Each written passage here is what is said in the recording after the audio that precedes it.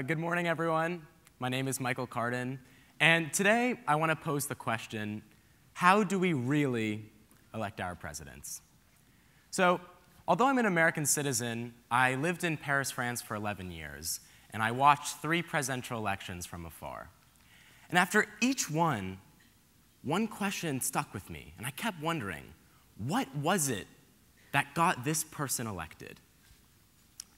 So last May, I was fortunate to spend an evening with my senator from New York, Kirsten Gillibrand.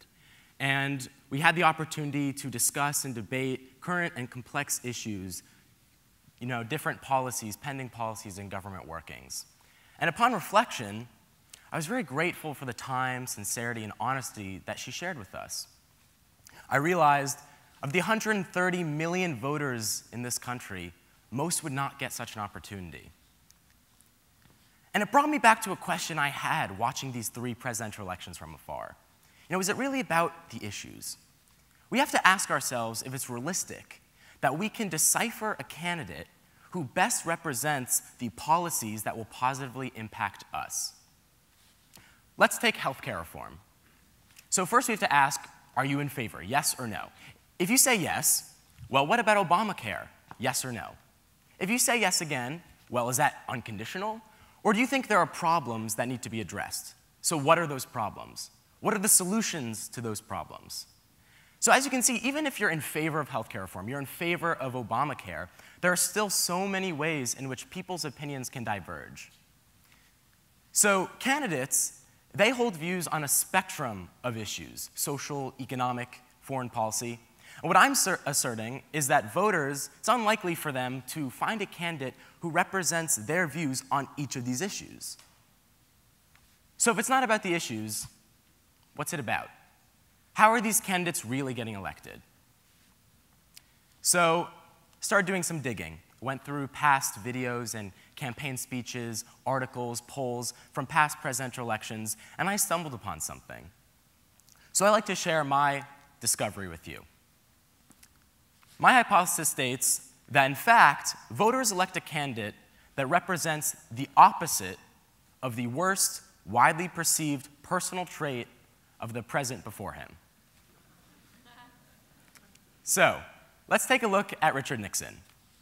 As you're all aware, the Watergate scandal was a monumental moment for this country. It was the first time that the President of the United States had betrayed the trust of the voting population, of the country. And so he left a stain of betrayal, and he was seen as a crook and a liar. And so his vice president, Gerald Ford, finishes his term in office, and then who do the American people elect? Jimmy Carter, the peanut farmer. He's a simpleton. He is from outside of Washington, and he promised to restore, honesty and decency to this country. They want to see us once again have a nation that's as good and honest and decent and truthful and competent and compassionate and as filled with love as are the American people. At that time, character was a monumental issue. The country had been through a horrible time, and Jimmy Carter represented honesty and decency. I'll never tell a lie. I'll never make a misleading statement. I'll never betray the confidence that any of you has in me. So you hear it from the man himself. He'll never tell a lie. He will always be honest, and he will never betray the American people. But at the end of Carter's presidency, he had some problems of his own. And at the height of the Cold War, he was seen as indecisive and weak.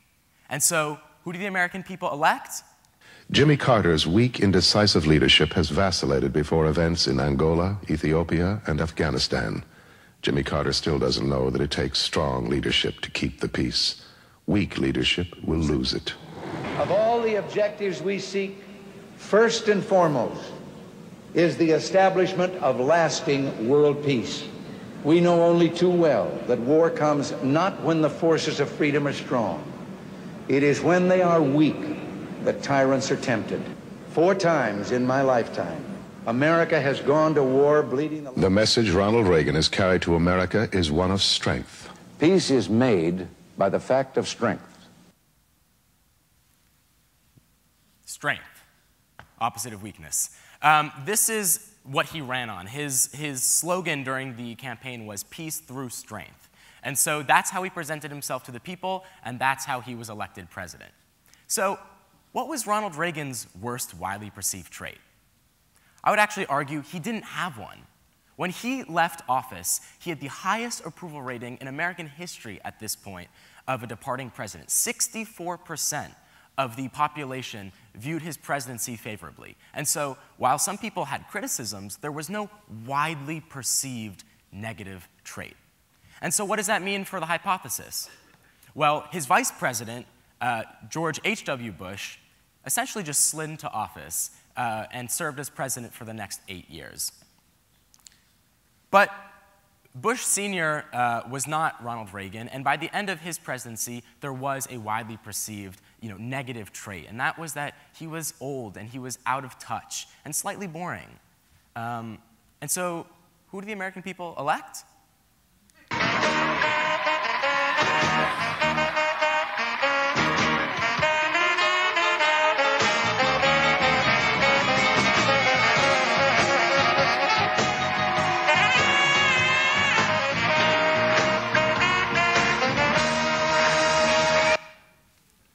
Bill Clinton.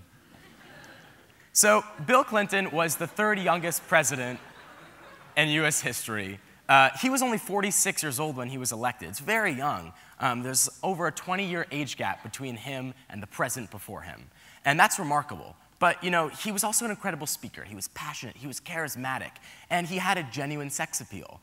So you could call him a player. But as you all know, players often get themselves into trouble. But I want to say one thing to the American people.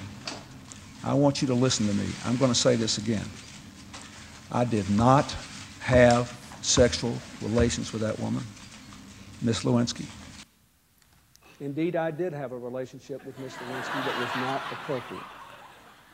Well, there you have it. This is during all of our lifetimes. We all remember Bill Clinton. He cheated on his wife, but more importantly, he actually then lied to the American people about it until ultimately he confessed. And so, who did the American people elect?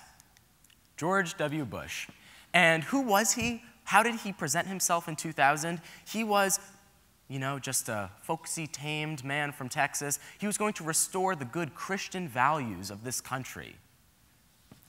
But my dad, like many of your folk who got relatives here, many of you whose relatives did the same thing, you're here, their relatives probably aren't. And it is I think it is, At least probably one of those 3 words I'm not going to tell you. Samozřejmě vy byste asi chtěli slyšet, jaká jsou I'm ty not 3 going to slova. tell you. That's 5 words. all right, so that was actually a montage that was put together by the staff of David Letterman's show. And you can hear the laugh track in back. It's actually the live studio audience just laughing at their president as he departs from office. And so, politics aside, George Bush was, in so many occasions, blundering and inarticulate. And so, who do the American people elect? Barack Obama. Against all odds, he has Kenyan roots, he's African American, and a middle name Hussein. But he's elected president because he's intelligent and he's inarticulate. So this is an article from CNN Politics in 2008 during the election season. It reads, I want to read a little excerpt. It says, as a presidential candidate, the former Illinois senator quickly adopted the nickname No Drama Obama.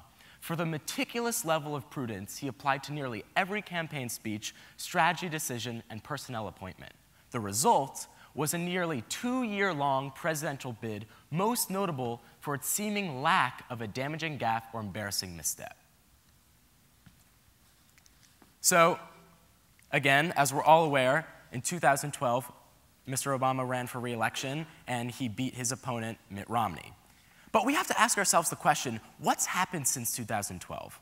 I would argue that the decline in the president's approval ratings is directly related to the development of his own widely perceived negative personal trait, which is his lack of strong executive leadership skills. Whether it's the IRS scandal, the healthcare.gov website hiccups, Ebola, immigration, ISIS, the Secret Service, or Putin and Ukraine.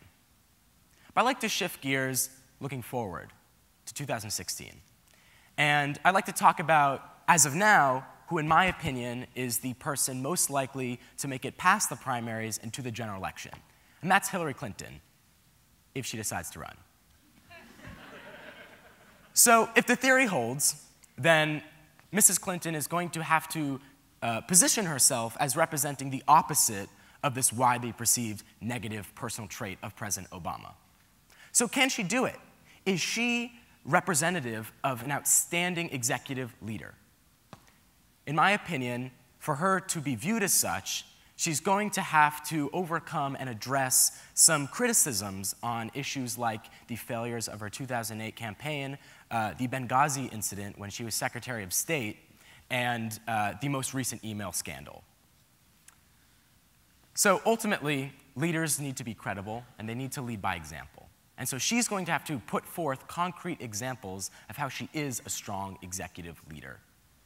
But look, ultimately, a lot can happen between now and 2016, and I think it'll be interesting to see if she's able to do this, and if we, as the voters, will follow this electoral trend.